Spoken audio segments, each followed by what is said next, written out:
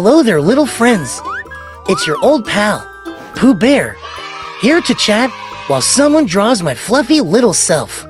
Isn't it funny how I'm being drawn, but I'm already here talking? A bear with a voice and a pencil version. It's like having two tummies for honey.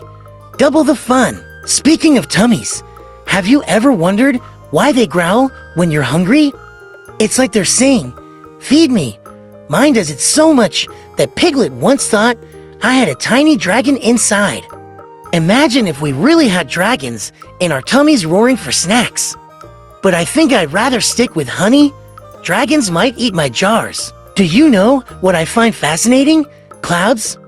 They're like giant fluffy marshmallows floating in the sky.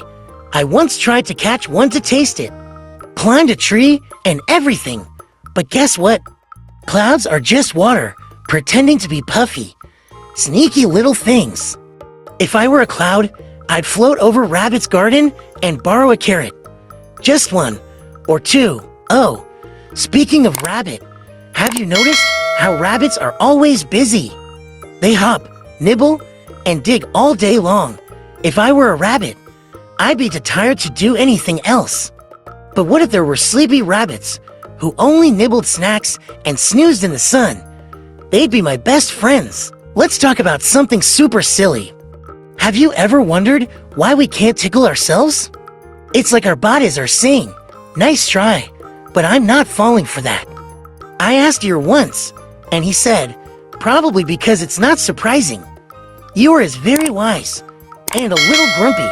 Did I ever tell you my favorite word? It's ploop. Try saying it. Ploop. Isn't it funny? It's the sound of raindrops, the sound of falling into a pile of leaves, and sometimes the sound of Tiger when he bounces a bit too high. I bet he's plopping somewhere right now. Have you ever heard the stars twinkle at night? I think if you listen very carefully, they hum, but only when everyone's asleep. I asked Christopher Robin if stars can sing, and he said, "Only in dreams." Pooh, isn't that a lovely thought?